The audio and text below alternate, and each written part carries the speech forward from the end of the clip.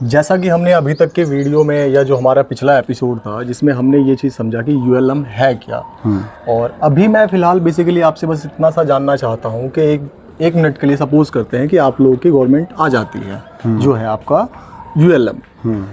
तो यूएलएम ऐसा क्या क्या करेगी एक डायरेक्ट ग्राउंड लेवल पे कि जो बच्चा एक कोई जन्म लेता है तो जन्म से लेके मृत्यु तक का यूएलएम कैसे उसमें पार्टिसिपेट करेगी, कैसे ध्यान रखेगी, कैसे उनकी सारी चिंताओं, सारी भावनाओं, सारी दुखों का निवारण करेगी, तो उसमें यूएलएम कैसे एक तरीके से मतलब आपका ये सवाल है कि कुल मिलाकर एक व्यक्ति का जो जीवन है वो जन्म से मृत्यु तक कैसा एंड रहेगा? टू एंड, हाँ, कैसा रहेगा और उसमें एक आम व्यक्ति को किस प्रकार के लाभ मिल पाएंगे जी, जो भी है सुख सुविधा जो भी आप देंगे। तो जैसे कि दोस्तों आप जानते हो कि जो हमारी यूएलएम की जो व्यवस्था है वो उसमें सब कुछ सबके लिए फ्री है, और बदले में आपको 25 से 50 साल के बीच के जो युवा है उनको 5 घंटे, 4 घंटे, 3 घंटे वो एक रेशियो फ्यूचर में डिसाइड किया जाएगा, उसके हिसाब से उनको दिन में काम करना रहेगा, लेकिन मुश्किल से 4 घंटे ही काम रहेगा उनका। ठीक है। तो पहले तो व्यक्ति एक स्वस्थ जीवन जीने के लिए उसको कहाँ कितना प्रायोरिटी देना चाहिए मैं आपको बता दूं। यूएलएम ऐसा देखती है कि एक व्यक्ति को 7 घंटे की नींद मिलनी चाहिए, स्वस्थ नींद जिसे बोलते हैं। 4 घंटे का ही उसके पास काम कराया जाना चाहिए, चाहे वो कर्म के लेवल पे हो, चाहे वो भावनात्मक लेवल पे हो, चाहे वो ज्ञान के लेवल पे हो। और जो कर्म कर रहे हैं और कुछ प्रकार की सेवाएं दे रहे हैं उनको 1 घंटे का अपडेशन, मतलब कुछ ट्रेनिंग वगैरह या कोई नई चीज़ आई हो, जैसे कोई ट्रैक्टर चलाने की सेवा दे रहा है तो ट्रैक्टर में कुछ नया आया हो, नए औजार खोजे गए हो, कोई नई रीत आई हो, तो उसको कैसे प्रैक्टिकली ग्राउंड पे काम करा जाए उसका ज्ञान। तो कुल मिला के 4 घंटे का काम, 1 घंटे का ज्ञान, 7 घंटे की नींद, ये हो गए 12 घंटे। ठीक है। और बाकी के जो 12 घंटे हैं वो व्यक्ति को मूल रूप से अपने परिवार को, अपने दोस्तों को, अपने निजी जीवन को एंजॉय करने के मिलने चाहिए, तब ये एक व्यक्ति एक स्वस्थ जीवन जी रहा है, सुखद संसार होगा। हाँ, वो ऐसा कह सकते हैं हम बेसिकली कि जो अपने को कम से कम आधा दिन अपने को दे रहा है, अपनी इच्छाओं के हिसाब से वो भोग कर रहा है तब, और अपनी इच्छा के आधार पे वहाँ पे कर्म भी है, मतलब वहाँ पे कोई प्रेशर नहीं रहेगा कि आपको ये वाली ही सेवा देनी पड़ेगी। जो सेवा कोई भी नहीं करना चाहता है वो सेवा जो है वो रोबोटिक सिस्टम से कराई जाएगी, टेक्नोलॉजी से कराई जाएगी, और टेक्नोलॉजी की जितनी भी सेवा है वो भी स्वच्छ एंड सेफ होगी। जैसे कि खेत के अंदर ट्रैक्टर चलाने की सेवा है तो वो भी एसी से लेस रहेंगे, बढ़िया एकदम। तो उस तरह का कि जिसमें कांच के ऐसे डोर हो और जिसमें धूल मिट्टी ना आए। आज जैसी व्यवस्था जेसीबी के अंदर होती है, आपने देखा होगा, बॉक्स होता है। तो उस तरह की सारी चीज़ें जो है वो फ्यूचर में डिज़ाइन की जाएगी कि ह्यूमन अपना बेस्ट एफर्ट देने के बावजूद भी उसको दिक्कत ना हो जाए, मतलब आप सबकी लाइफ अपग्रेड करेंगे। हाँ। बस आप ह्यूमन का जो एक आइडेंटिटी बना हुआ है उसको आप कुछ भी छेड़छाड़ नहीं करेंगे, वो जैसे का जैसा है, बट आप उसको उसके आसपास इतना सिस्टम और सिनेरियो ला देंगे। हाँ। कि उसके अंदर या उसके जीवन में कुछ भी दुख बचे ही ना। हाँ, और ऑप्शंस इतने सारे वहाँ पे अवेलेबल होंगे कि वो एक नहीं तो दूसरे ऑप्शन में स्विच करके भी अपने को कंफर्टेबल चेक कर सकता है। आज तक कोई अगर कारपेंटर का काम करते आया है किसी मजबूरी से, और वो चाहता है कि मैं ये करना है, दूसरा कोई भी काम पेशा करना चाहता हूँ, तो वो उसके लिए खुली आज़ादी है। हाँ बिल्कुल। और अभी के सिस्टम में जब ट्रांजिशन पीरियड जो है जिसमें से स्विच होकर नई सिस्टम में जाएंगे हम, तो ट्रांजिशन पीरियड के दौरान भी क्या होगा ये भी जो है उसका एक वीडियो है, वो लिंक आप डिस्क्रिप्शन में डाल दीजिएगा तो लोगों को आइडिया आ जाएगी कि ये भी 5 साल के अंदर भी हर एक दिन जो है वो सबके लिए सुनहरा होगा। ऐसा नहीं कि 5 साल खत्म हो गए और नई व्यवस्था लागू की उसके बाद में, नहीं भैया। आज की सिस्टम में से दूसरी सिस्टम में स्विच करने का जो बीच का जो परिवर्तन काल है या ट्रांजिशन पीरियड है उसके अंदर भी बढ़िया से तामझाम रहेगा सबका, और धीरे धीरे करते करते हम एक अच्छे लेवल पे पहुंच जाएंगे। और उसके बाद में ये पुरानी जो दल तंत्र है आज की सिस्टम, मतलब जिसे बोलते लोकतंत्र लेकिन दल तंत्र है, वो सिस्टम वहाँ पे विड्रॉ हो जाएगी। तो आप कैसे इस चीज़ को समझते हैं कि जिस देश की आप बात कर रहे हैं उस देश में नोटबंदी जैसा भी अगर कुछ होता है तो उस टाइम में भी इतना हाहाकार मच जाता है? तो वो अचानक करने से ऐसा ही होता है, इसलिए हमने ट्रांजिशन पीरियड 3 से 5 साल का रखा है कि कोई भी सिस्टम को चेंज करने के लिए लोगों को साइकोलॉजिकली, इमोशनली सेटल करते करते धीरे धीरे वो एक पिरामिड में से दूसरे पिरामिड में स्विच करना होता है। आप अगर झटाक से कुछ भी करते हो तो क्या होता है कि डिस्टर्ब हो जाता है, पूरा चैनल डिस्टर्ब हो जाता है। जैसे बैंकिंग सिस्टम डिस्टर्ब हो गया उस टाइम, डिमांड सप्लाई डिस्टर्ब हो गया, बहुत सारा सोशल कोलैप्स भी हुए, जैसे शादी ब्याह था और अचानक से पैसों की ज़रूरत पड़ी, लेकिन क्योंकि नोटबंदी हुई थी जैसे आपने बताया, तो वो पैसे वो निकाल नहीं सकता था। अब मैनेजर और एक आम व्यक्ति के बीच में झगड़े हो रहे हैं क्योंकि व्यवस्था आपने ठीक से करी नहीं और लोगों के ऊपर थोप दिया। अब मैनेजर भी क्या करेगा जब उसको ऊपर से ऑर्डर है कि भाई आपको एक दिन में जो है 5 लाख रुपए से देने हैं, तो वो सारा उठा के एक बंदे को कैसे दे सकता है? कुछ आपके पास मतलब ऐसा मिसमैनेजमेंट कुछ नहीं होगा? नहीं है। हाँ, हमारे पास जो भी जैसे हम लोगों की लाइफ को अपग्रेड करना शुरू करेंगे तो जितने भी टाइप्स की डिमांड क्रिएट होगी उसका तामझाम सामने सतत बना रहेगा, प्रोडक्शन सप्लाई सर्विसेज बनती रहेगी और ऐसे ऐसे करते करते हम धीरे धीरे लोगों को जो है वो अपब्रिंगिंग मतलब उसमें अपडेट करके और नई सिस्टम में लाएंगे। अब मानो जब नई सिस्टम आ गई है तो अब आपका सवाल जो है वो प्रैक्टिकली स्टार्ट होता है कि भाई ऐसा क्या है जो हम इस नई सिस्टम में देंगे। तो जैसे कि इसमें डिस्क्रिप्शन में आपको संपूर्ण समाधान व्यवस्था का एक वीडियो भी आपको मिल जाएगा कि हम बेसिकली कौन सी चीज़ है जिसको रूट कॉज मान रहे हैं कि ये पूरी जो रचना है वो इस रूट कॉज के कारण डिस्टर्ब हुई है। ऐसा हम जिस सेंटर को मान रहे हैं वहाँ पे वो सारे नए फॉर्मूलाज है।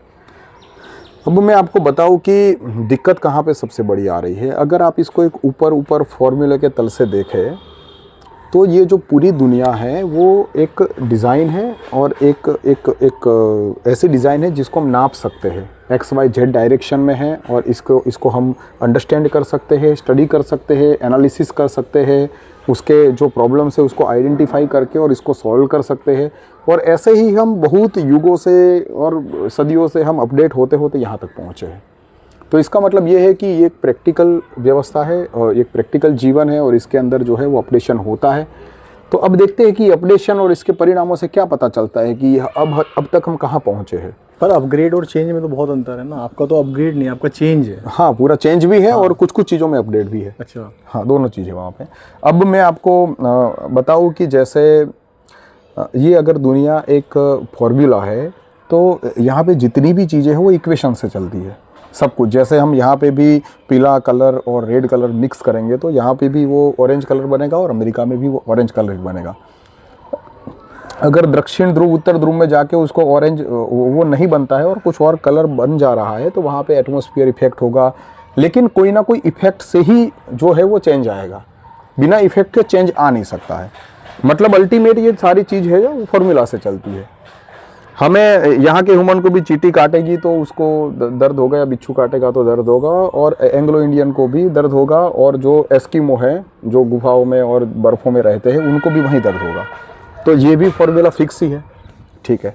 सुख और दुख की भी फॉर्मूला एक फिक्स है कि भाई ये जो सॉफ्टवेयर हार्डवेयर है वो कुल मिला के सभी तलों पे, चाहे वो साइकोलॉजी हो, चाहे वो फिज़िकल हो, चाहे वो इमोशन सेंटर हो, चाहे वो उसका सोल हो, वो कोई ना कोई सेंटर पे वो हमेशा ये कोशिश करता है कि मैं कंफर्टेबल रहूँ, मैं सुखी रहूँ।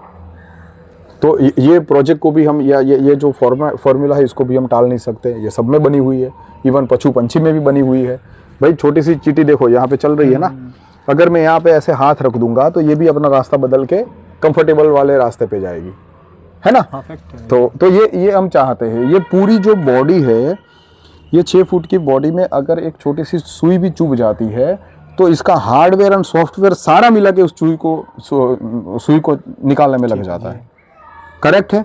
तो ये फॉर्मूला भी फिक्स है। ओके, तो अब हम ऐसा देखें कि कोई भी फॉर्मूला कितनी गलत है कितनी सही है, ये इस दुनिया में जो एप्लीकेशन अब तक हुई है उसको कैसे नापा जाए कि ये सही गलत है। तो सही गलत को देखने का जो ढंग है वो परिणामों से पता चलता है। अगर कोई परिणाम गलत है तो उसकी प्रक्रिया भी गलत होगी, क्योंकि ऐसा हो नहीं सकता कि भाई रेड और येलो मिक्स किया था और पिंक कलर पैदा हुआ, ऐसा पॉसिबल नहीं है। वो ऑरेंज ही पैदा होगा। अगर 50-50% दोनों लिया है तो ऑरेंज ही बनेगा वो। क्लियर। अगर वो कुछ और बन जा रहा है तो मतलब कि प्रक्रिया में कुछ गड़बड़ हुई है, वरना परिणाम कभी नहीं बदलता है। और प्रक्रिया भी जिन फॉर्मूला से करी गई है, मतलब जो बेस है उस फॉर्मूला का, वो प्रक्रियाओं का, वो भी गलत होगा, क्योंकि ऐसा हो नहीं सकता कि बेज सही था और ऊपर का गलत हो गया। तो ये एक मैथमेटिकल इक्वेशन से मैं आपको बताऊं कि आज की दुनिया में अगर 90% लोग कोई ना कोई लेवल पे दुखी है, चाहे वो साइकोलॉजी हो, चाहे वो फिज़िकल हो, चाहे वो हेल्थ हो, चाहे वो इमोशनल रिलेशनशिप हो, चाहे वो खोज हो या अंडरस्टैंडिंग हो, अगर व्यक्ति 90% कोई ना कोई जगह पे दुखी है तो इसका मतलब ये है कि ये परिणाम 90% गलत है जो ह्यूमन नहीं चाहता है। और ये 90% जो गलत परिणाम है उस तक पहुंचाने वाली जो प्रक्रियाएं है वो 90% गलत ही होगी। वो नॉलेज, जो आइडेंटिटी, जो आइडियोलॉजी या जो भी कुछ यहाँ पे लगा हुआ है वो 90% गलत होगा। ऐसा हो नहीं सकता कि सारे ज्ञानी बढ़िया वाला नॉलेज दे रहे थे, बढ़िया वाला सिखा रहे थे और लोग है वो 90% गलत हो रहे थे। ऐसा हो नहीं सकता कि इसमें मैंने 100% सही दवाइयाँ डाली है और 90% बीमारियाँ बनी हुई है। या तो बीमारियाँ फालतू में बन गई है या फिर दवाई फालतू है। अब बीमारियों को तो फालतू हम कह नहीं सकते क्योंकि हम तो देख ही रहे हैं कि भाई लोग दुखी है। तो हो सकता है कि जो गोलियां उनको दी जा रही है उसमें कुछ दिक्कत हो, या गोलियां में इतनी पावर ना हो कि वो उस बीमारी को ठीक कर हाँ, ये भी कर सकता है। तो मतलब वो तो गलत ही हो गई ना एक तरह से। अब जैसे आपके अंदर डायबिटीज की इश्यू हो और मैं आपको कैंसर की दवाई पे दवाई, अब कैंसर की दवाई कितनी भी सही है लेकिन डायबिटीज के लिए तो वो गलत ही है, तो मतलब वो सॉल्यूशन तो हो ही नहीं रहा फिर। तो इस तरह से आप समझ सकते हो कि अगर 90% लोग अगर इस दुनिया में दुखी है और वो अनिच्छिक जीवन जी रहे हैं जैसा वो नहीं चाहते, तो इसका सीधा मतलब ये है कि अब तक ज्ञानियों ने कुछ ठीक से काम नहीं किया है जैसा हमें दिखता है। और ये रेशियो पहले तो और ज़्यादा खतरनाक था।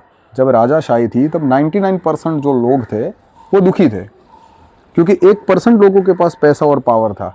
तब तो राजा के किले में क्या हो रहा था, वो कुछ दरबारी और कुछ नगर शेठ और राजा रानी और कुछ उनके नज़दीक के जो चेले चपाटे रहते थे और सेवक रहते थे, राजगुरु रहते थे, इन सब लोगों के बीच में सारी व्यवस्था चलती थी।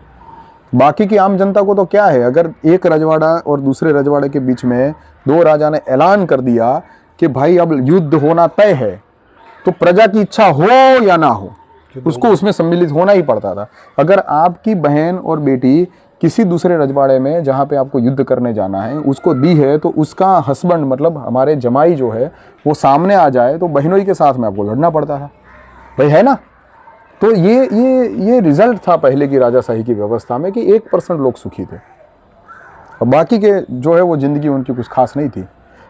आज जो है वो थोड़ा सा डेवलप हुआ है वो विस्तार, एक नया संविधान आया, एक नई कोशिश की, दल तंत्र आया। अब राजा जो है उनका बेटा राजा नहीं बनता है, अब जो है वो वोटिंग होती है, अच्छे से हम चुनाव करते हैं और एक दल को खड़ा करते हैं और उसके टैक्सेशन और वो सारी चीज़ें हैं वो पब्लिकली है, क्लियर है, कोई भी उसमें कुछ ज़्यादा वो कर नहीं सकता। लेकिन इवन दो आज के संविधान के ऐसे होने के बावजूद भी क्या संविधान में लिखा है कि सबको बराबर का न्याय का अधिकार है? क्या सबको बराबर न्याय मिल पाता है? नहीं। जो पैसे वाला है वो बढ़िया वाला वकील रखता है, जो पैसा वाला नहीं है उसको सरकारी वकील मिलता है या पता नहीं कोई सस्ते में मिल जाता है, तो अब वो उतनी डिस्कशन कर नहीं पाता तो उसको न्याय नहीं मिल पाता।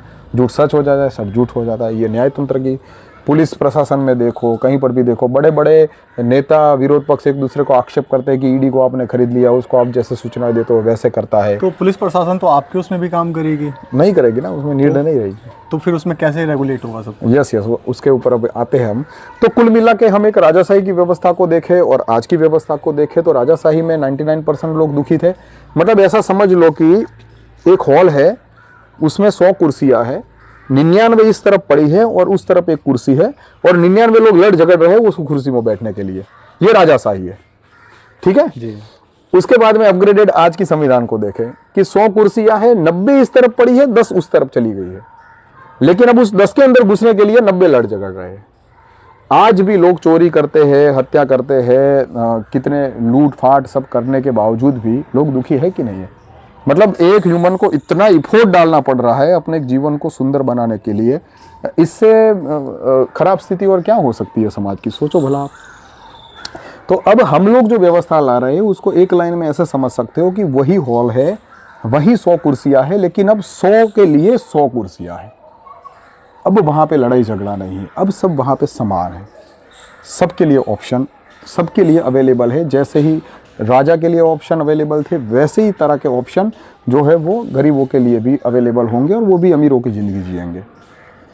मतलब ऐसा करके आप मान लो कि हम जो है वो गांधीवादी टाइप की विचारधारा को नहीं फैला रहे हैं कि भाई आधी लंगोटी आधी रोटी में जियो। हम अमीरों को नहीं समझाने जाएंगे कि भाई आप है वो अपना पैसा दान कर दो, गरीबों को दान करो, फिर गरीबों को थोड़ा बहुत आराम सुकून मिल जाएगा 2-4 साल, फिर जो स्थिति होगी वो देखा जाएगा। ये वाली बात नहीं कर रहे।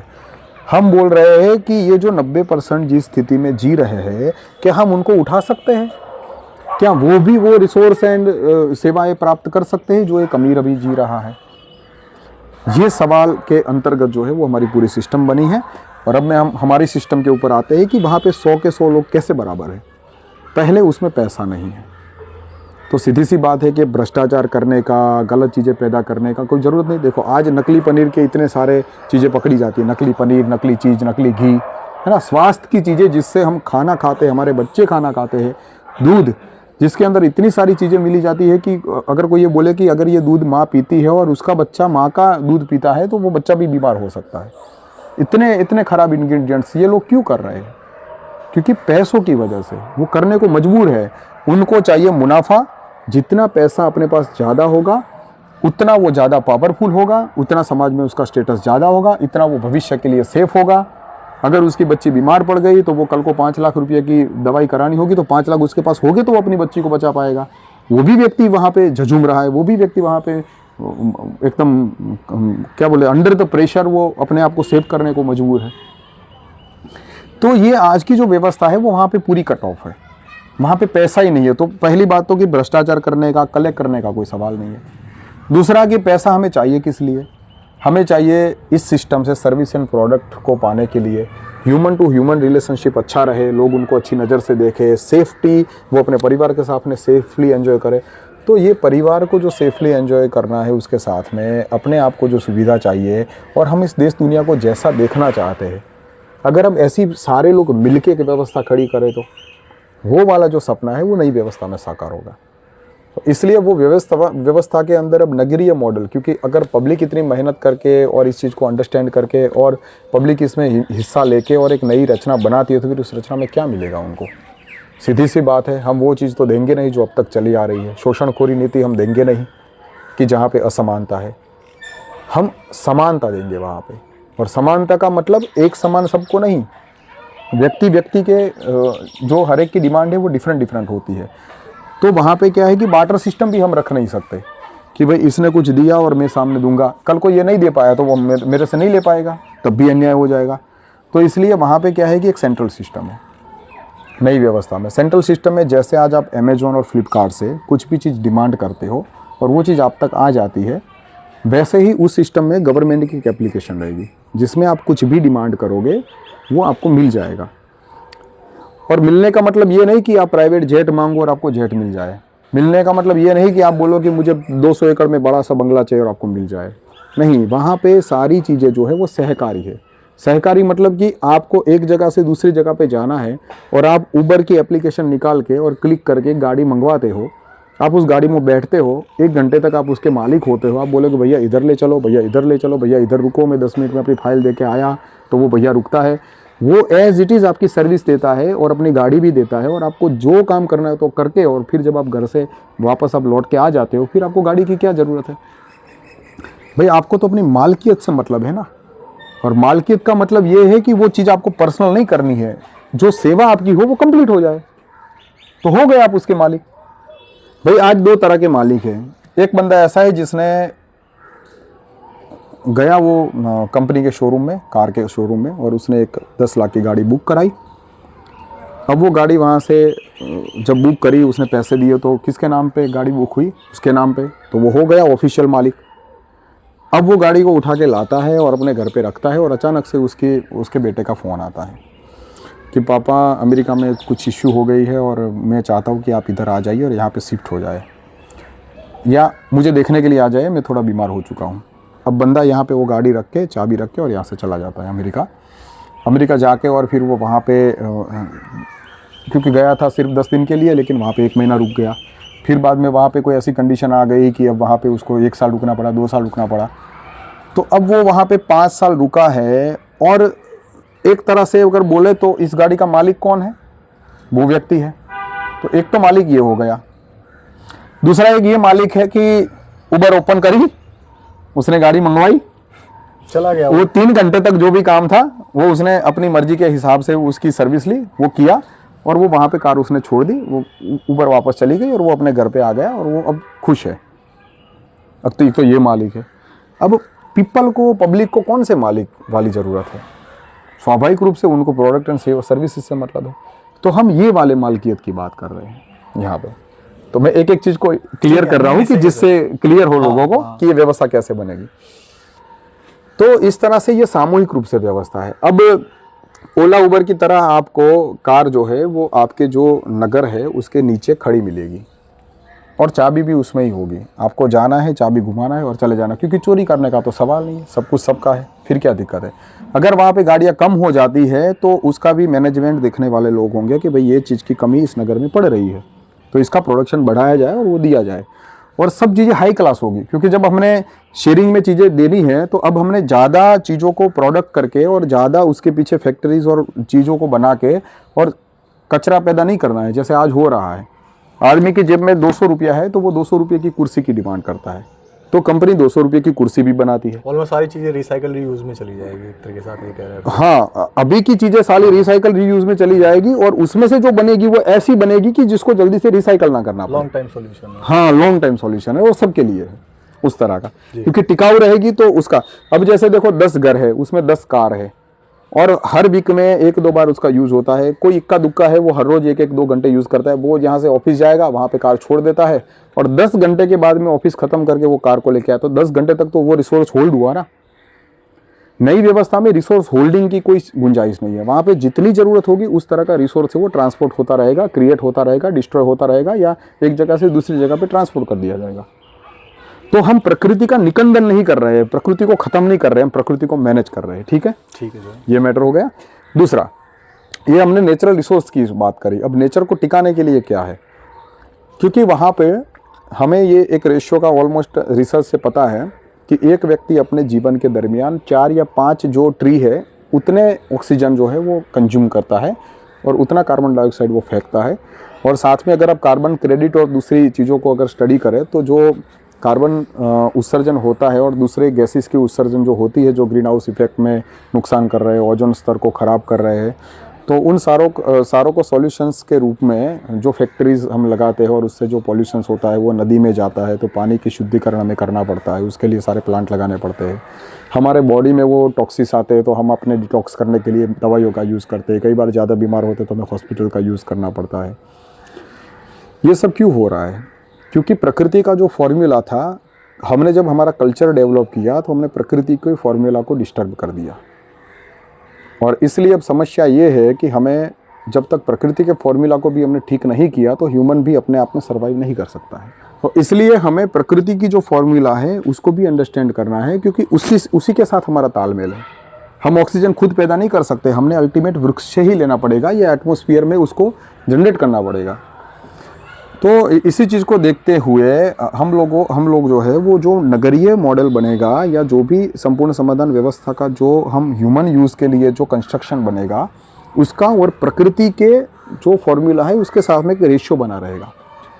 तो ये रेशियो से हमने ये पाया कि हम लोग जो है वो फ्यूचर में ऐसे 1-2 माले के मकान नहीं बनाएंगे, वहाँ पे 25 माले की 20 माले की सीधी बिल्डिंग्स होगी, फ्लैट्स होंगे वहाँ पे, और उसमें भी सारा कैलकुलेशन होगा कि ज़मीन के नीचे उसकी कितनी परत है और कितने बिल्डिंग हम ऊपर बना सकते हैं। मतलब ज़मीन के नीचे पेट्रोलियम की मात्रा ज़्यादा है, वायु की मात्रा ज़्यादा है, जल की जो है मात्रा ज़्यादा है, या वहाँ पे ठोस है।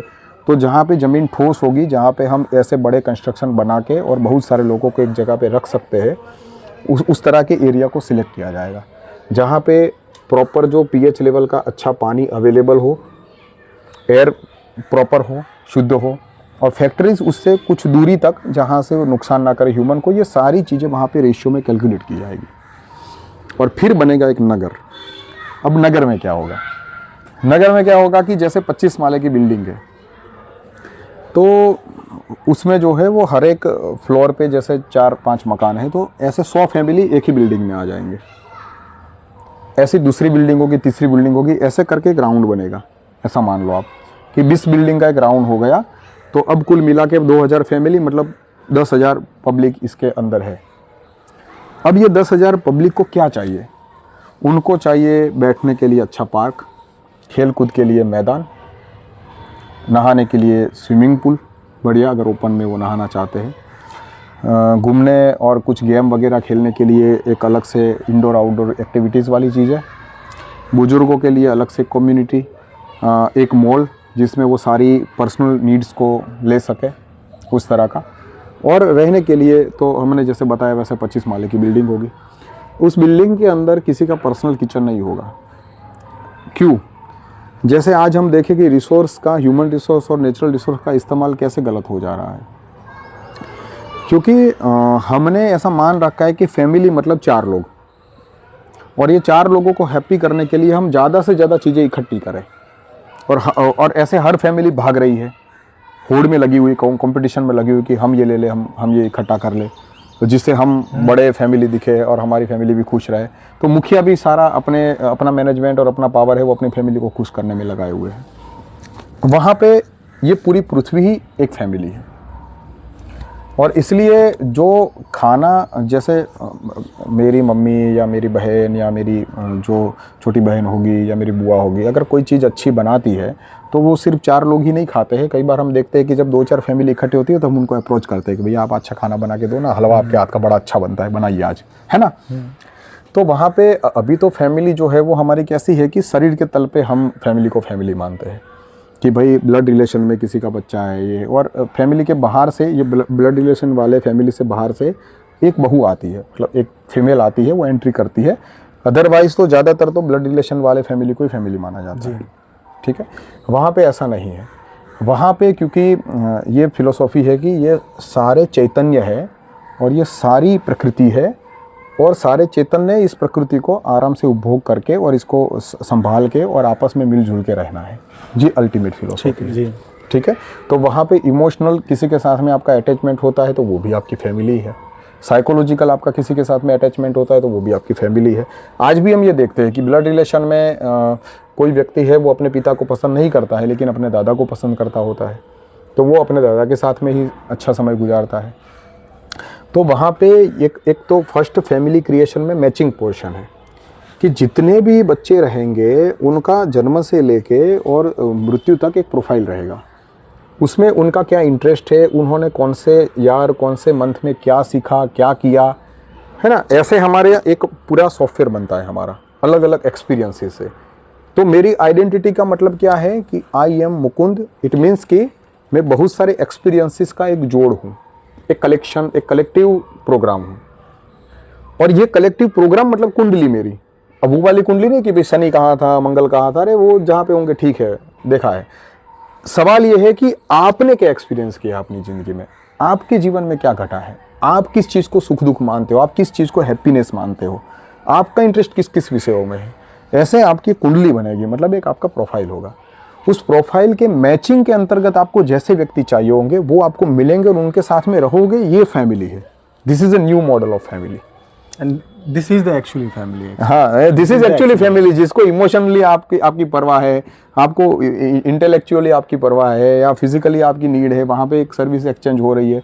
ये नहीं कि हमको एक बंदा पसंद नहीं और हम उसको हर रोज चेंज करने में लगे हुए, अरे तुम क्यों नहीं चेंज हो रहे, तुम क्यों नहीं चेंज हो रहे हो, ऐसी फैमिली नहीं है। वहाँ पे मैचिंग वाली फैमिली है।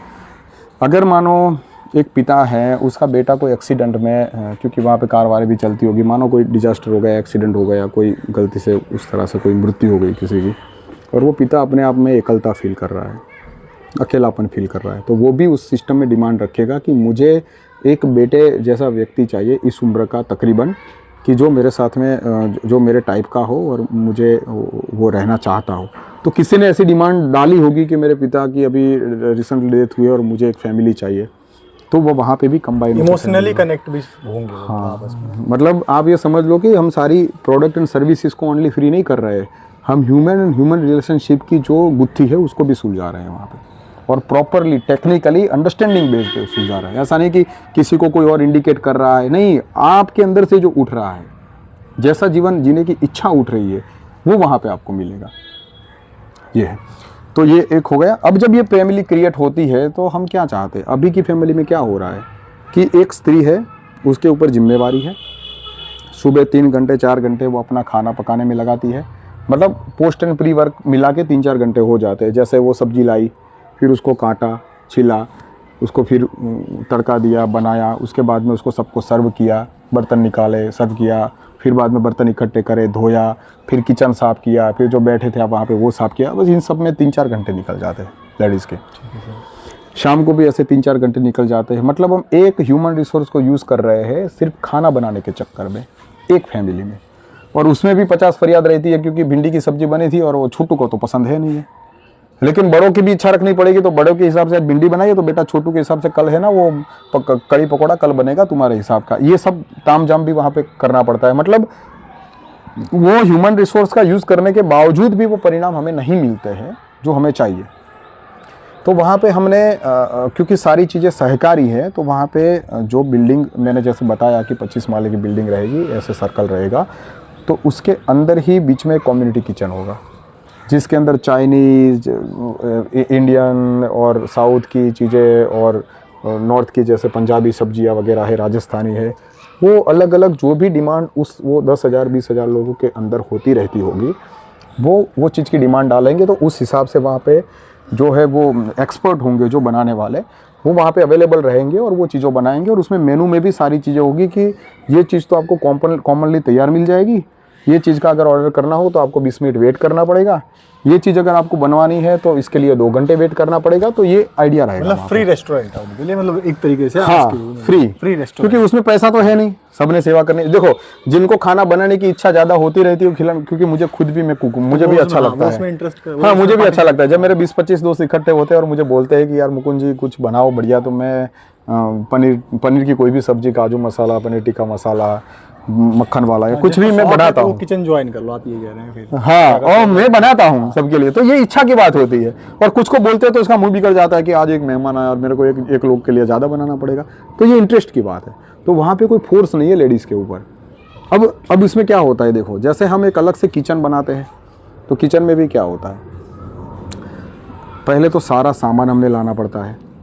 तो एक तो वो सारा मटेरियल हम प्रकृति से लाके रिसोर्स को सारा इकट्ठा करके एक जगह पे इकट्ठा कर रहे हैं। भाई गैस की बोतल चाहिए, सिगड़ी चाहिए। अब घर में 10 मेहमान आ गए तो उतने हमने डिश वगैरह भी चाहिए, तो वो भी सारा हम इकट्ठा करते हैं, है ना। तो एक किचन के अंदर ज़्यादातर चीज़ें हम इकट्ठा करते हैं और उसका यूज़ मात्र 20-30% आप देखोगे तो रेगुलर में होता है, बाकी का 70% खाली रिजर्व होता है। करेक्ट है। तो वो सारा रिसोर्स वहाँ से हट जाएगा।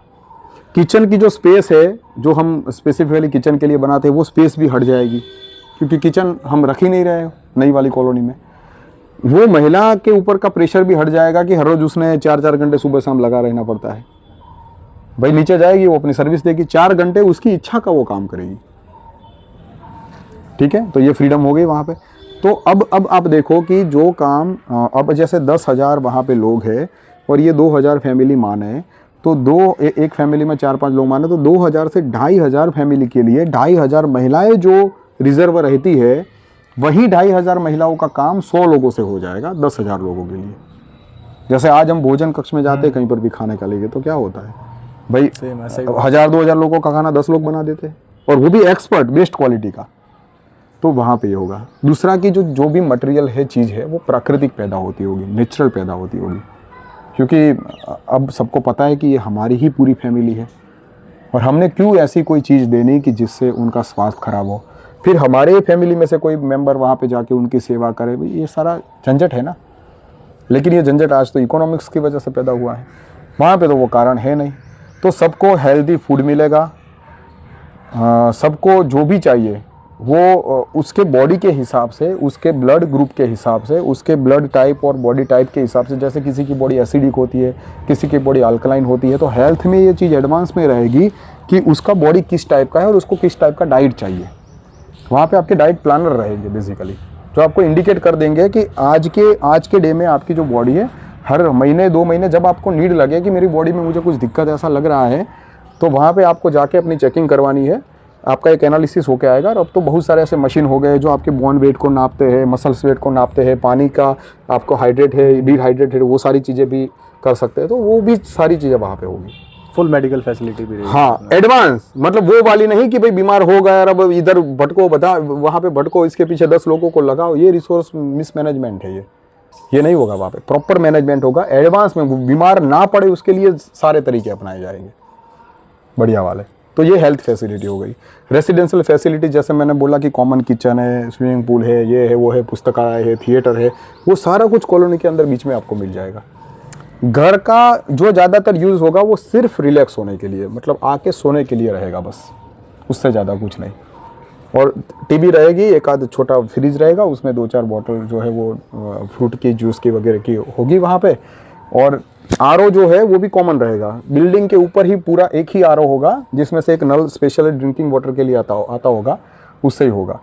बाथरूम में तो उसकी साफ़ सफाई के लिए जो लिक्विड चाहिए वो पर्टिकुलर, अब ड्रेनेज सिस्टम उसकी वैसे होगी कि उसका पूरा सिस्टम ही स्टार्ट से ऐसा बनेगा कि ज़्यादातर चीज़ें फ्लश करने से ही, कैसे टॉयलेट साफ़ हो जाता है वैसे फ्लश करने से मात्र से ही पूरी सिस्टम एक आध महीने में कुछ केमिकल डाल के फ्लश करो, वो सारा पानी जो है वो साफ़ करके उसकी गटर व्यवस्था को क्लीन रखे, और वो पानी भी सीधा जाएगा एग्रीकल्चर में, रीयूजेबल सिस्टम में। तो ऐसा पूरा तामझाम रहेगा। तामझाम तो आपका काफ़ी तगड़ा है। हाँ। वही है कि अभी ग्राउंड पे जाने के लिए फिर आपको सपोर्ट की भी ज़रूरत है काफ़ी। वो उसमें क्या है वो बाद में हम बता देंगे। तो ये हो गया एक तो रेसिडेंस का। और उसका टेक्निकली जो भी नए नए रिसर्च होंगे, जो भी डेवलपमेंट होगा, वो पब्लिक की डिमांड के आधार पे ज़्यादा होगा। जैसे एग्जांपल के रूप में अभी दूसरे रिसोर्स, हम पर्सनल चीज़ों की बात करें, हम क्या करते हैं, घर के अंदर 4 मोबाइल है, अलग अलग 4 टाइप के चार्जर है, फिर उसको जो है वो सर्वाइव करने के लिए, क्योंकि बिजली आती जाती रहती है, तो उसके लिए फिर पावर बैंक है, ये है वो है, 1000 चीज़ें हम खाली मोबाइल के चक्कर में लेके चलते हैं। वहाँ पे क्या होगा कि आईफोन और सैमसंग अल्ट्रा जैसे बहुत हाई क्वालिटी के 4-5 अलग अलग मॉडल रहेंगे, वैरायटी थोड़ी मिल जाए लोगों को इसलिए, और बढ़िया क्वालिटी का सब चीज़ वहाँ पे उसमें अवेलेबल होगा। Best battery, best camera lens focus, best recording, best screen quality, megapixel, सब कुछ उसका सब बढ़िया। और एप्लीकेशंस भी जो होगी वो ऐसा नहीं कि आज 50 एप्लीकेशन को हमको लेके चलना है भैया, गवर्नमेंट की एक एप्लीकेशन होगी, बाकी गेम वेम वगैरह ये सब चीज़ें होगी वहाँ पे, आपको मस्त से एंजॉय करो। मूवी भी आपको 50 प्रकार के देखने की नहीं है, वहाँ पे मूवी का भी है, जो ऐसा हमने आगे के वीडियो में बताया वैसे ही है कि जो साइंस फिक्शन होगी, एडवेंचरस होगी, और उस तरह की कुछ कुछ चीज़ें होगी जो प्रैक्टिकल धरातल पे काम करती है। ऐसे रोना धोना वाली, ये लुट गया, मेरा फुट गया, ये गुंडा मार के भाग गया, अब इसको हीरो बचाने के लिए जाएगा, हीरो गुंडा वाला सब सीन ख़त्म। वहाँ पे सभी हीरो है भाई, कोई गुंडा नहीं है वहाँ पे। तो ये पूरा वहाँ पे साइकोलॉजी सबकी होगी। और अब उसमें जो सहकारी व्यवस्था है, उसमें जो सेवाएं हैं, जैसे मैंने बताया कि जिसको जो पसंद होगा वो 4 से 5 घंटे अपनी सेवा देता होगा। अब एजुकेशन मॉडल में आते हैं। एजुकेशन मॉडल कैसे रन करेगा? एजुकेशन में क्या होता है कि ज्ञान का एक रूल है कि आपके अंदर जो भी चीज़ को जानने की इच्छा पैदा हुई है, और इच्छा का मतलब स्पेस ज्ञान के रूप में, कि जो कुछ जानने की आपके अंदर इच्छा होती है वही ज्ञान आप धारण करते हैं, बाकी का जो है वो फ्लश होकर निकल जाता है। जैसे एग्जांपल, हम कोई फूड लेते हैं, तो हम जब जैसे कुछ भी चीज़ खाते हैं तो हमारे बॉडी में जो तत्वों की कमी है या जो भी चीज़ नीडफुल है बस वही संग्रहित होती है, और बाकी की ऑटोमेटिकली लेट्रिन के माफक साफ़ हो जाती है। और जो चीज़ की हमें ज़रूरत है उसकी फिर डिमांड पैदा भी होती है। अब इसमें कोई सवाल पूछ सकता है कि भाई डायबिटीज़ है तो उसको शुगर खाने की डिमांड क्यों होती है? हाँ, तो अब उसमें ऐसा है कि हर एक चीज़ के अंदर बहुत सारे कंटेंट रहते हैं। हमारे अंदर जब कोई कंटेंट खाने की इच्छा होती है, मतलब रिसीव करने की इच्छा होती है, तो जीभ से हमें उसका टेस्ट याद आता है या हमें नाक से उसकी सुगंध आती है, वो कोई भी चीज़ उसको मैच करती होगी, क्योंकि ये भी एक कॉन्शियस एंटिटी है। इसमें कोई भी चीज़ ऐसे नहीं घुस जाती है, हमारी इच्छा से ही जाती है, और हमको इच्छा उसी चीज़ की होती है जिसकी एक्चुअल में हमें नीड होती है। ठीक है, तो ये इस कंस्ट्रक्शन का एक बेसिक सिद्धांत है, फंडा है। लेकिन क्या होता है कि उसके साथ में दूसरी भी चीज़ें आती है जो हमें हानि करती है। तो फ्यूचर में जो फूड का डाइट चार्ट बनेगा आपके लिए, वो ऐसा बनेगा कि आपको फाइबर्स की ज़्यादा ज़रूरत है, कि आपको मिनरल्स की ज़्यादा ज़रूरत है, कि आपको ओनली प्रोटीन की ज़्यादा ज़रूरत है। वो इंडिविजुअल आदमी के हिसाब से होगा जिसका, हाँ, और वो जिस चीज़ में से आपको ज़्यादा मिलता होगा बस वही चीज़ आपको प्रॉपरली एनालिसिस करके आपको सजेस्ट की जाएगी। ठीक है, तो ये हो गया जैसे फिजिकल बॉडी की बैलेंसिंग, इस तरह से साइकोलॉजिकल सिस्टम की भी अपनी एक बैलेंसिंग है कि आप कोई भी किसी को ज्ञान नहीं दे सकते, कोई भी किसी को इन्फॉर्मेशन नहीं दे सकते इनका जो ढांचा होगा उस हिसाब से वो अपनी इंफॉर्मेशन गेन करते हैं, और वो भी अपनी इच्छा के आधार पे। अगर उसकी इच्छा नहीं है और आपने फोर्सफुली उस ज्ञान को डालने की कोशिश की तो वो एक कान से सुनेगा, दूसरे कान से निकल जाएगा। या आपने उसको 2 थप्पड़ मार के उसको सुनाया तो वो अंडर टॉर्चर, अंडर प्रेशर वो कुछ टाइम तक उस चीज़ को धारण करेगा, क्योंकि फिर से उसको थप्पड़ ना पड़े इसलिए, इंटरेस्ट से नहीं। मैक्सिमम केस में होता है ऐसे। हाँ, ठीक है ना। तो अब वहाँ पे क्या है, अगर आप संपूर्ण समाधान व्यवस्था के फुल वीडियोस ऑडियोस को सारा सुन लोगे तो आपको पता चलेगा कि 4 प्रकार के लोग हैं वहाँ पे। शरीर केंद्रित है, मतलब जिनका इंटरेस्ट शरीर के आसपास के क्रियाओं कलापों में रहता है, वैसे लोग। पशुपालक है, किसान है, मजदूर है, और दूसरे प्रकार के फिजिकल रिलेटेड जो सेवक है उन लोगों का। दूसरी एक पर्सनालिटी है मनोकेंद्रित, जिसका काम रहता है विचार आदान प्रदान करना, व्यापार करना, मैनेजमेंट करना। आज के सिस्टम के हिसाब से उस वहाँ पे तो व्यापार नहीं है, लेकिन ऐसे करके गणन जिसमें रहता है उस तरह का, तो वो सब कैलकुलेट करना और सब चीज़ों को रखना इस तरह से। तो वो जो साइकोलॉजिकल टाइप के जो लोग हैं उनका अलग फॉर्मेशन है, उनके लिए अलग पद्धति है अंडरस्टैंडिंग की, एजुकेशन की। तीसरा एक तल है इमोशन लेवल का। इमोशन लेवल मतलब जो भावनात्मक लेवल है, वो सामाजिक व्यक्ति है, वो पूरी देश दुनिया के बारे में सोच समझ रहे, फील हो रहा है उनको, है ना। आसपास में जो चीज़ें घटनाएं बन रही है वो दुखी है, प्रताड़ित है, कोई चीज़ से इफ़ेक्टिव है नेगेटिवली, तो उनको दुख होता है कि यार ये चीज़ हट जाए तो अच्छा है। ऐसा जो इमोशन सेंटर जिसके पास है, जो परिवार से ज़्यादा उनका एरिया रहता है टचिंग का, तो उनका स्पेस रहता है पूरा समाज, तो उन लोगों के लिए अलग ढंग से शिक्षा होती है, क्योंकि उनको एक बड़े एरिया में कुछ प्रकार का काम करना है, तब वो संतुष्ट होंगे। एग्जाम्पल मैं आपको पहले भी जैसे दिया था अगले वीडियो में, कि एक तुलसी है, उसके बीज को आप कितना भी पोषण दोगे वो उस पोषण को ग्रहण करके वो 2 फीट ही पैदा करेगी, वो अपनी 2 फीट ही स्पेस को कवर करेगी। और मैंगो ट्री को आप तुलसी के बराबर का पोषण दोगे तो वो तो सिकड़ जाएगा, वो सूख जाएगा, वो ग्रो हो ही नहीं सकता, तो उसको मैंगो के लेवल का चाहिए। तो ऐसे ह्यूमन में जो बायोडाइवर्सिटी है उसमें 4 मेन पर्सनालिटी है। उसमें जैसे मैंने बात करी वैसे एक फिजिकल लेवल की पर्सनालिटी, दूसरी साइकोलॉजिकल लेवल की पर्सनालिटी, तीसरी इमोशनल लेवल की पर्सनालिटी, एंड चौथी कॉन्शियस सेंटर की पर्सनालिटी। मतलब ये चारों चीज़ें हर एक के अंदर है, बस जिसका प्रभाव ज़्यादा होगा और वो जिस तरफ झुकाव होगा उसके रिगार्डिंग ही उसको नॉलेज चाहिएगा। तो एजुकेशन सिस्टम में जैसे ही बच्चा, सबसे पहले तो आपके मैचिंग के आधार पे फैमिली क्रिएट होगी, ठीक है, तो हो गई फैमिली क्रिएट। अब वहाँ पे आपको सब कुछ मिल रहा है। अब वहाँ पे कोई महिला गर्भ धारण करना चाहती है तो उसका एनालिसिस होगा। अब क्योंकि उसने अपने पसंदीदा पार्टनर को चुना है और उसके साथ में वो रोमांस, लव और सेक्स एंड सब कुछ चीज़ें शेयर कर रही है, तो सीधी सी बात है कि ये जो अपना जो सॉफ्टवेयर है ये एकदम हेल्दी और हैप्पी रहेगा वहाँ पे, क्योंकि खाना हेल्दी मिल रहा है, वो साइकोलॉजिकली रूप से संतुष्ट है, इमोशनली रूप से वो संतुष्ट है, उसको जो काम करना है वो अपनी सेवा दे के भी संतुष्ट है। मतलब कर्म भी वहाँ पे भोग है, अपनी इच्छा का कर्म भी अपने लिए भोग होता है। जैसे किसी को इच्छा है कि मुझे बढ़िया सी पेंटिंग बनानी है, तो वो पेंटिंग घंटों तक बनाता है, वो भी उसके लिए भोग है। एक वैज्ञानिक को है कि मुझे कुछ रिसर्च करना है और 10 घंटे तक लेबोरेटरी में बैठा बैठा वो रिसर्च कर रहा है, ये भी इसके लिए भोग है। लोग स्पेसिफिकली वीडियो बनाने के लिए बहुत सारे पैसे देते हैं, लेते हैं, लेकिन ये मित्र आज यहाँ पे है और मैं हूँ, हम दोनों मित्र मिलके यहाँ पे वीडियो बनाते हैं, तो ये हमारा कर्म तो है लेकिन ये हमारा भोग भी है, क्योंकि हम इसको एंजॉय कर रहे हैं। तो इस तरह से कर्म भी अपने आप में भोग हुआ। तो अब सोचो कि वो महिला जो इतनी ढंग से एक खूबसूरत है और अपने अंदर तृप्त है, वो कैसा बच्चा पैदा करेगी। अब वो जब गर्भ धारण करती है तो उसका हर वीक और 2 वीक्स में उसका एनालिसिस होगा कि भाई उसको कैसा खाना चाहिए, क्या तुम कंफर्टेबल हो, नहीं कंफर्टेबल हो। उसका हर रोज़ वो डेटा भी अपना खुद से ही डाल सकती है, क्योंकि तब ऐसे ऐप्स आ गए होंगे कि जैसे अभी इसके ऊपर रखने से ही तुरंत डायबिटीज़, बीपी सबका पता चल जाता है, तो वो भी कितनी नॉर्मल अब नॉर्मल हो रही है, हार्मोन्स कितने चेंज हो रहे हैं उसके, क्योंकि बच्चा ग्रो कर रहा है, वो एक सजीव अंदर अपना प्रोसेस करने में लगा हुआ है, मतलब वो फॉर्मेशन हो रहा है। तो वहाँ पे उसका लहू जो है या उसकी जो एनर्जी है वो भी शेयरिंग हो रही है, तो वहाँ पे जो कुछ फ्लक्स आते हैं वो सारों का ध्यान रखा जाएगा। अब जैसे ही वो बच्चा ग्रो करने लगेगा तो उस बच्चे को भी क्या पोषण चाहिए उसके हिसाब से पहले से ही उसको दिया जाएगा। और आसपास का सारा ब्यूटीफुल एटमॉस्फेयर है, पीसफुल एटमॉस्फेयर है, तो वो बच्चा भी अंदर खूबसूरती से पैदा होगा। वहाँ पे उसको कोई नेगेटिव इफेक्ट नहीं है गर्भ धारण के समय भी। मतलब ऐसा समझ लो बीज जितना शक्तिशाली होगा वृक्ष भी इतना शक्तिशाली होता है। ये है।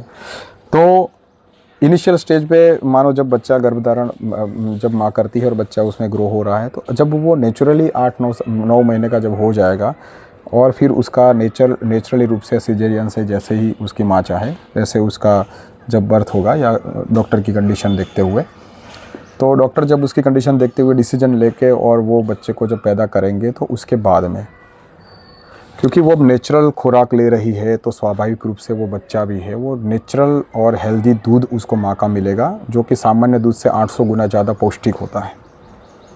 तो वो बच्चा उस माँ का दूध पिएगा और वो भी जब तक वो पिलाना चाहे उसको रखना चाहे। आजकल की माँ तो क्या करती है, 50 घर में काम रहते हैं और वो अब पूरे दिन चैं चैं चैं चैं रोता रहता है, तो माँ को वहाँ पे प्रेशर होता है कि यार मैं इसका बच्चे का ना दूध छुड़वा दूँ तो मैं भी खुश रहूँगी और ठीक ठाक मेरा काम भी हो जाएगा, तो बच्चे को जल्दी से छुड़ा देती है। लेकिन हमने ये देखा है कि माएँ पहले 2-2 साल तक 2.5 साल तक दूध पिलाती थी अपने बच्चों को। तो ये नेचुरली जो टेंडेंसी है बच्चों में दूध पीने की इच्छा और माँ को पिलाने की इच्छा और उसको हेल्थी रखने की इच्छा, वो जब तक वो बच्चा एक लेवल पे स्टेडी ना हो जाए तब तक माँ को संपूर्ण जिम्मेवारी रहेगी वो अपने बच्चे को रखे। और साथ में अगर बच्चा कोई और चीज़ की डिमांड करता है, जैसे उसको कुछ खेलना है, उसको कुछ देखना है, तो वहाँ पे कुछ चाइल्ड डेवलपमेंट सेंटर भी रहेंगे, चाइल्ड हैप्पीनेस वाले सेंटर भी रहेंगे कि जहाँ पे माँ अपने बच्चों को रख के, अगर माँ ऐसा चाहती है कि मुझे कुछ और कर्म करना है, मुझे सिर्फ बच्चे की केयर नहीं करनी, मुझे कर्म करना है, मुझे कुछ और सेवा देनी है या मुझे जस्ट अपने आप में पर्सनल टाइम मुझे चाहिए, तो वहाँ पे बच्चों के जो डेवलपमेंट केयर सेंटर है हैप्पीनेस, जब जहाँ से दूध छूट जाता है वहाँ की बात है, तब तक तो बच्चा माँ के ऊपर डिपेंडेंट रहेगा। तो उसके बाद में वो केयर वहाँ पे होगी। वहाँ पे बच्चों को जो स्टडी किए हुए लोग हैं कि छोटे बच्चों को कैसे हैप्पी रखा जाता है, कैसी उसके आसपास में गेम खेली जाती है, क्या क्या चीज़ उसको दी जाती है, वो सारा तामझाम वहाँ पे रहेगा उस सेंटर में। तो बच्चा पहले से ही मल्टी टैलेंटेड टाइप का बनेगा वहाँ पे कि उसको ज़्यादा से ज़्यादा ऑप्शन है। फिर ग्रो तो उसके फ्रेम के हिसाब से होगा कि उसकी कैसी फ्रेम है, लेकिन ऑप्शन सारे अवेलेबल होंगे। अभी तो बच्चों को ऑप्शन ही अवेलेबल नहीं है। और फिर बाद में माँ बाप टॉर्चर करते हैं कि तुम मोबाइल के अंदर क्यों गेम खेलते हो। अरे भाई, आप किसी बच्चों को उठा के और गार्डन में ले जाओ और वहाँ पे उनको बढ़िया वाली, जैसे वो गोल गोल घूमने वाली साइकिल और ये सब चीज़ आप उनको अवेलेबल कराओ। देखो फिर वो फ़ोन में कितना टच करते हैं, वो फ़ोन को देखेंगे तक नहीं आपके। तो जो चीज़ उनको फिजिकल लेवल पे नहीं मिल रही है, वो चीज़ वहाँ पे उनको साइकोलॉजिकली वो कंप्लीट करने की कोशिश करते हैं, इसलिए वो गेम में जा रहे हैं। ठीक है, ये चाइल्ड साइकोलॉजी है। सेकंड कि अब बच्चा मानो कोई फिजिकल लेवल का है, जिसका फिजिकल सिस्टम जो है उसमें ज़्यादा पावर प्रोसेस हो रही है, तो वो क्या करेगा, वो मस्ती करेगा, कुछ तोड़ फोड़ करेगा, कुछ करेगा। अगर आपने उसको एक सीमित एरिया में बांध रखा है, तो अगर बच्चे को खेल कूद के मैदान में छोड़ दोगे आप, तो वो इधर दौड़ेगा उधर दौड़ेगा और उसका पूरा बॉडी एक्टिवेट हो जाएगा। और ये जितनी बार एक्टिवेट होगा उतनी ही लॉन्ग टाइम तक उसकी हेल्थ रहेगी और वो उतने लॉन्ग टाइम तक इस सोसाइटी में रह पाएगा और अपनी सेवा दे पाएगा। तो ये बॉडी के जितने भी मॉलिक्यूल्स है वो अपने से एक्टिवेट होना, चलना, ये एक नेचुरल प्रोसेस है, ये कल्चरल प्रोसेस है और कल्चर को उसमें सपोर्ट करना रहेगा। तो वैसे बच्चों को खुली आज़ादी दी जाएगी कि आप दौड़ो, खेलो, गिरो, ठीक हो, रो धो, सब उसको करने देना है। वो उससे ही अपने आप से सीखेंगे और उनकी कॉन्शियस ऐसे ही ज़्यादा पावरफुल होती है। वही बच्चे ज़्यादा डिपेंडेंट और टेंट्रम करते हैं जिस बच्चों को माँ बाप ना बहुत ज़्यादा केयर देते रहते हैं।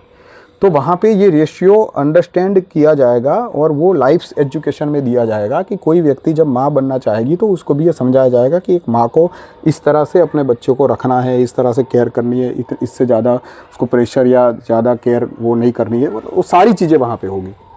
तो वो प्रैक्टिकल पूरी चाइल्ड साइकोलॉजी जो है वो उसके साथ साथ चलेगी।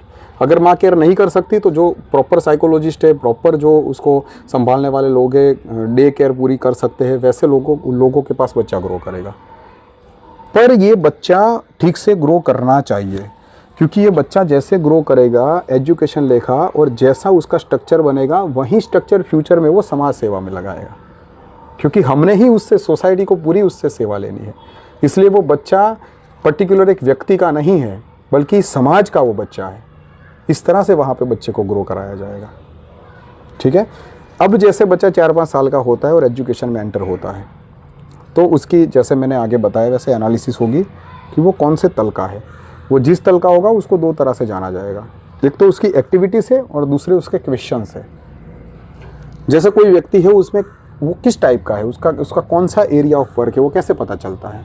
उसके साथ में कन्वर्जेशन करने से, क्योंकि उसका जो भी एरिया ऑफ वर्क होगा वही वो बोलेगा, दूसरा तो कैसे बोल सकता है। जैसे किसी को बाइक चलाने का शौक है तो वो बोलेगा कि मेरा एरिया ऑफ वर्क बाइक है। अब वो मानो इंप्रेस करने के लिए बोल देगा, लेकिन अगर उसको साइकिल में इंटरेस्ट होगा तो घूम फिर के 10-15 मिनट बाद में वहाँ पे बात आ ही जाएगी कि मेरे को ये साइकिल में चलाता था, मुझे ये अच्छी लगती थी, मुझे स्पोर्ट साइकिल ज़्यादा अच्छी लगती है स्पोर्ट्स बाइक से। इस तरह से कन्वर्जेशन माध्यम है। तो टीचर्स जो है और उसके जो एजुकेटर है वो कन्वर्जेशन करेंगे वहाँ पे उसके साथ में, उससे पता चलेगा कि उसमें क्या टेंडेंसी है। और दूसरा उसकी इंटरेस्ट के बेस पे एक्टिविटी, क्योंकि वहाँ पे सारे ऑप्शन रहेंगे, तो बच्चा जो भी एक्टिविटी में जाएगा उसका वहाँ पे वो फोकस रहेगा कि बच्चा कला की तरफ आकर्षित हो रहा है। वायोलिन बजता है और ये बच्चा अपने क्लासरूम से खड़ा होकर और बाहर जाके और वो वायोलिन सुनने लगता है और वो तालियां बजाता है, खेलता है, तो पता चल जाएगा कि इसको कला में रस है। अब कला में कितना इंटरेस्ट है, उसको वायोलिन बजाने में इंटरेस्ट है, वायोलिन सुनने में इंटरेस्ट है, वो उसकी इच्छा से पता चलेगा। जैसे वो बोले कि आंटी या टीचर मुझे बताओ तो ज़रा ये कैसे बजता है, लाओ मैं ज़रा ट्राई करूँ, है ना। इस तरह से उसका पता चलता है कि ये कैसे मूव कर रहा है। ठीक है, बच्चों के साइकोलॉजी के हिसाब से वो अपना करियर चूज कर लेंगे। हाँ, जब 20 साल का होगा तब तक उनकी कोई एग्ज़ाम नहीं है, ठीक है, नो एग्ज़ाम। वो बच्चा धीरे धीरे अपना ग्रो करेगा। जब 20 साल का हो जाएगा तो एक टेस्ट लिया जाएगा उनका, और वो टेस्ट होगा प्रैक्टिकल। अब उनको जो जहाँ पे उतरना है उसके लिए वो रेडी है कि नहीं, उसका एक टेस्ट लिया जाएगा। कि जैसे कोई बच्चा किसान अच्छा बनना चाहता है तो उसको किसानी के बारे में, अलग अलग क्रॉप्स के बारे में, अलग अलग डिजीज़ के बारे में, जो भी नेचुरल डिजास्टर होते हैं उसके बारे में, उसको कैसे रखा जाए, वैसे वही ज्ञान देगा, वो दूसरा कोई ज्ञान नहीं। और जब वो बच्चा 20 साल का हो जाएगा तो अब उसको खेत में जाके अच्छे से काम करना, छोटे मोटे प्रैक्टिकल भी बीच बीच में होते रहेंगे, तो वो उस एरिया ऑफ वर्क में अनुकूल होता रहेगा। लेकिन एग्ज़ाम नहीं है वहाँ पे, बस खाली वो ग्रो होगा। जब वो 20 साल का हो जाएगा तो एक एग्ज़ाम के बाद में अगर वो उतने मिनिमम मार्क्स लाता है तो समझ लेना कि वो इस विषय में उत्तीर्ण है। अब उसको प्रैक्टिकल में एंटर करा दो, फिर वो खेत में जाएगा, 4-5 साल तक वो काम करेगा ये वो। और जब वो ठीक से काम करने लगे तो वहाँ के जो एक्सपर्ट है वो फिर उसको बोलेंगे कि भाई अब तुमने 2 चीज़ों में तुम्हारी एक्सपर्टीज़ हो गई है, तो अब तुम सिस्टम में जाके जहाँ पर भी पूरी दुनिया में, मतलब अभी तो एक देश में आएगी तो पूरे देश में तुम जहाँ पर भी जाओ वहाँ पे जाके तुम रह सकते हो और अपना एक फैमिली स्टार्ट कर सकते हो, या फैमिली पहले भी वो स्टार्ट कर सकता है। लेकिन कॉमनली ये है कि जब तक वो समाज को देने के लिए रेडी ना हो जाए तब तक वो बच्चा पैदा करके फैमिली नहीं बसाएगा। ऐसे गर्लफ्रेंड बॉयफ्रेंड की तरह रिलेशनशिप रहेंगे। अगर वो चाहे तो मैरिज भी कर सकता है, लेकिन सीखने समझने वाली प्रक्रिया उसकी चलती रहेगी। अगर वो सीखना समझना नहीं चाहता और उसने तय कर लिया कि भाई मुझे तो ये मजदूरी ही करनी है और मैं ऐसे ही जीवन जीना चाहता हूँ, तो वो तो वहाँ से भी फैमिली स्टार्ट कर सकता है। तो ये उस व्यक्ति के ऊपर है कि वो कब तक अपने रुचि के आधार पे जो विषय है उसको जानने समझना चाहता है, कि उसकी रुचि वहाँ पे ख़त्म हो गई, अब वो सेवा देना चाहता है, फैमिली स्टार्ट करना चाहता है, वो सब वहाँ पे माहौल रहेगा। अब जब वो किसी चीज़ में उत्तीर्ण हो जाएगा तो वो खुद डिमांड डालेगा कि अब मुझे किसानी करनी है और मेरी इच्छा है कि मैं इस नगर में जाके अपनी सेवा दूँ। तो उस नगर में अगर जगह होगी तो वहाँ पर, या फिर उस नगर के आसपास के दूसरे नगरों में जगह होगी तो वहाँ पे एज़ पर नीड जो है वो उसको वहाँ पे जॉब मिल जाएगी और रहने का भी वहाँ पे उसको मिल जाएगा। फिर वो डिमांड डालेगा कि भाई मैं इस जगह पे अपनी जॉब किसान के रूप में कर रहा हूँ और मैं इस वाले ब्लॉक में रहता हूँ और इस नगर में मैं रहता हूँ और मुझे अब एक साथी चाहिए जो मेरे मैचिंग की हो। अच्छा, तो वहाँ पे उसको वो वाली साथी उसको मिल जाएगी। अब क्योंकि सब कुछ सबको मिल ही रहा है। अब आप अपने फैमिली बसी है या फिर आप अकेले जब भी किसी फैमिली में रहते थे, आपको जो भी चीज़ों की ज़रूरत होगी आप सीधे अपने सॉफ्टवेयर से खुद ही ऑर्डर करके मंगवा सकते हो।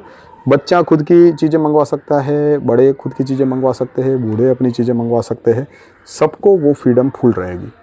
काम करना सिर्फ 25 साल के 50 साल के बीच के युवाओं को 3 से 4 घंटे, बाकी सबको सब कुछ मिलेगा। और क्योंकि सहकारी है तो हमने कैलकुलेशन लगाया है कि आज हम जितना इस वर्ल्ड में नेचुरल एंड ह्यूमन रिसोर्स का यूज़ करते हैं उससे 60% में सारे सुखी हो सकते हैं। सोचो, जो है उतना भी यूज़ करने की ज़रूरत नहीं है, उससे 60% में सारों का काम अभी हो जाएगा। क्योंकि डिस्ट्रीब्यूशन बहुत गलत हो रहा है। हाँ, गलत। और कितनी ख़राब होती चीज़, देखो मंडी में जाओ कितना खाना ख़राब होता है। हर एक के घर में जाओ आप, हर रोज़ अगर आप 2 रोटियाँ भी ख़राब गिनो तो जैसे मैंने बताया 2500 फैमिली है 10,000 लोगों के बीच में, जैसे 2500 फैमिली में तो 2500 दो 5000 रोटियाँ ख़राब हो गई। अब उतनी महिलाओं के इतने घंटे ख़राब हो गए, है ना। वो सारी चीज़ें वहाँ पे सॉल्व हो जा रही है। मतलब एकदम डिफरेंट टाइप्स का बनेगा, पूरा नगर पर पूरा बनेगा, जीवन वैसा बनेगा। जब व्यक्ति 50 साल की आयु तक अपना काम करके फिर बूढ़ा होगा, उसको कहीं घूमने के लिए जाना होगा तो उसको अपना अल्टरनेटिव सेट करके चला जाना है कि भाई अब जैसे हम दोनों हैं तो मैं इस मित्र को बोल दूं कि भाई 4-5 दिन तक तुम 4 घंटे की जगह 8 घंटे का काम कर लेना, मैं ज़रा 1 वीक में गोवा घूम के आ गया और उसके बाद में जो वो तुमको कहीं घूमने जाना, मतलब तुम्हारी इच्छा कहीं घूमने जाना हो तो जाओ, या फिर नहीं जाना हो तो तुम्हारी जगह का काम जो है वो जब तुमको जाना होगा मैं कर लूँगा। तो ऐसे आपस में ये परिवार ही बना रहेगा वहाँ पर। कोई कंपटीशन नहीं है, किसी को नहीं हराना है, किसी को पीछे छोड़ के मैं आगे नहीं निकलना है, किसी को हीरो नहीं बनना। भाई साहब, हमको जो चाहिए वैसा जीवन मिल जाए, ये अपने आप में एक संपूर्ण हीरो वाला जीवन है ये। तो मोटा मोटा तो आपने ऑलमोस्ट सारी चीज़ें मुझे हाँ, क्लियर कर जब जब बूढ़ा होगा और जो भी लोग अभी है, जैसे मान लो कुछ ट्रांसजेंडर है, फिर कुछ है वो अंध अपंग है, या उनमें कोई फिजिकल लेवल पे, साइकोलॉजिकल लेवल पे जिनमें कोई खोट है, कोई कमी है, तो वैसे लोगों को तो पूरी व्यवस्था ही जन्म से लेके अंत तक फ्री है। उनको तो सारी फैसिलिटी पहले से एंड तक फ्री पर वो अगर स्वेच्छा से कुछ चाहते तो कर सकते। हाँ, वो कर सकते हैं, वो भी उनकी कैपेसिटी के हिसाब से। जैसे मान लो किसी की एक आंख खराब है लेकिन एक अच्छी है और वो अपनी योगदान देना चाहता है, दे सकता है। वैसे 50 साल के बाद में 25 साल के पहले अगर कोई फिजिकल लेवल का वर्क करना चाहता है और वो बोल देता है कि मुझे काम करना है, तो वो 18-20 साल से भी अपनी सेवा देना स्टार्ट कर सकता है। हाँ, वॉलंटरी कुछ भी कर सकता है वो। एजुकेशन में भी अगर वो 15 साल का 16 साल का और उसने तय कर दिया कि मुझे भैया अब एजुकेशन नहीं चाहिए और मुझे बस खेती करनी है, मुझे किसानी भेज दो, तो फिर सीधा शिफ्ट हो जाएगा वो। हाँ, सीधा वो शिफ्ट हो जाएगा। वो उसका बस टेस्ट किया जाएगा, उत्तीर्ण है तो भाई चलो जाओ एंजॉय करो। मतलब किसी पे भी किसी तरह का दबाव नहीं। हाँ, और मतलब ये तो एजुकेशन हमने बनाई है कि 20 साल कॉमनली रहेगा सबके लिए ओपन, और 5 साल जो है वो। लेकिन मानो कि कोई ऐसा है जो और ज़्यादा गहराई में स्टडी करना चाहता है, अलग अलग जगह पे वो रिसर्च करना चाहता है, तो वो 50 साल तक भी कर सकता है, उसकी योग्यता वैसी हो। हाँ भाई, जैसे मैंने बोला ना कि मैंगो ट्री है तो वो 5 साल 3 साल तक बढ़ेगा, उसके बाद में मैंगो देगा। किसी को बरगद ही बनना है तो फिर वो, हाँ, वो बढ़ता रहे भी 900 साल तक, हमें कोई दिक्कत नहीं, जैसी तुम्हारी लेंथ ठीक है, ये बात है। वहाँ पे इस तरफ आ जाइए तो इस तरह से क्या है कि ये पूरा मॉडल है वो चलेगा। और जब बूढ़ा होगा व्यक्ति तो उसके लिए भी अलग अलग प्रकार के जो ओल्ड हाउस होंगे, ओल्ड हैप्पीनेस हाउस होंगे, जैसे चाइल्ड हैप्पीनेस हाउस है वैसे ओल्ड हैप्पीनेस हाउस होंगे। तो वो एज के जितने भी लोग हैं वो एक दूसरे को मिल सकेंगे, वहाँ पे अलग अलग गेम खेल सकेंगे, क्योंकि अब वहाँ पे कोई ऊपर नीचे नहीं है, कोई चढ़ाव बढ़ाव नहीं है। तो वहाँ पे उस तरह का कोई मामला नहीं रहेगा, और ना किसी ने अपने से स्वैच्छिक सेवा दी होगी तो उसको कोई अलग से एप्रिसिएशन मिलेगा। भैया तो आपको खुशी मिल रही थी तो आपने सेवा दी। हम तो बोल नहीं रहे उस सिस्टम में कुछ भी त्याग करने का। अगर आप स्वेच्छाएं त्याग करते हो कोई चीज़ को और कोई चीज़ में जाते हो तो उसको वहाँ पे सुख मिल रहा है, तभी वो जा रहा है। सही बात। जैसे आपने अभी एक वीडियो में अभी आगे बात हुई थी तब कि आचार्य प्रशांत जी जो है वो अपनी खुशी से जो है वो IAS ऑफिसर का वो जो भी काम कर रहे थे सिविल सर्विसेज का, और फिर बाद में उन्होंने अपनी खुशी छोड़ के और इस विषय में आए। तो भैया इस विषय में भी वो अपनी खुशी से ही आए हैं। वो किसी ने गन पट्टी रख के नहीं बोला था, कान पट्टी के गन रख के कि भाई तुम ये विषय तुमको करना पड़ेगा क्लियर और तुमको इस दुनिया को बचाना है। ऐसा किसी ने टारगेट नहीं दिया था।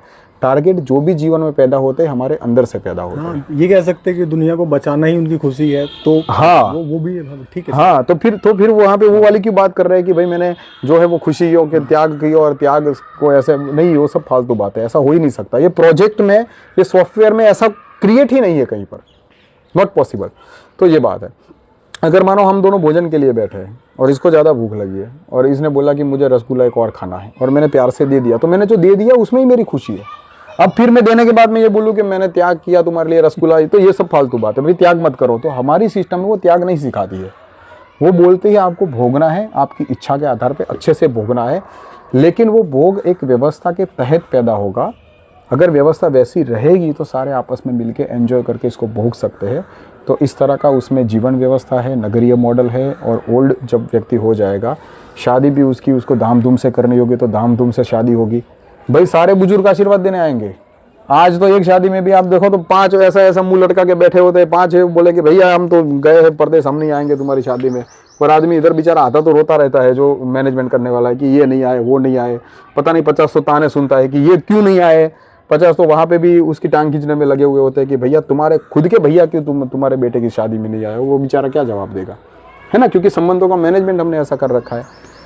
जब नई व्यवस्था में वसुदैव कुटुंबकम है, सब कुछ सबका है, तो वहाँ पे जो खुशी से जोड़ा बन रहा है, प्यार से जो जोड़ा है वो शादी करके अपना घर बसा रहा है, भाई साहब उसको आशीर्वाद देने सब आएंगे वहाँ पे। और सारे हर रोज कोई ना कोई एक ऐसा त्यौहार मनाते होंगे, हर दिन त्यौहार है वहाँ पे, ये बात है। डन सर, ऑलमोस्ट डन ही कर दिया। यस यस यस, आपको कोई सवाल है तो नहीं, पूछो। मेरा अभी के लिए तो फिलहाल कुछ नहीं है, बट इसके बाद में एक दो सवाल इस पे आएंगे जी जी कि जैसे नॉन वेज, वेगनिज्म, ये सब हाँ। भी इसमें इंक्लूड होगा। ठीक है, तो जिसके लिए हम थर्ड पार्ट करते हैं फिर इसके लिए। ठीक है, बाकी सीरियसली दो तो बहुत लंबा लंबा नहीं होगा सर। अरे नहीं नहीं कोई नहीं, वो ठीक है।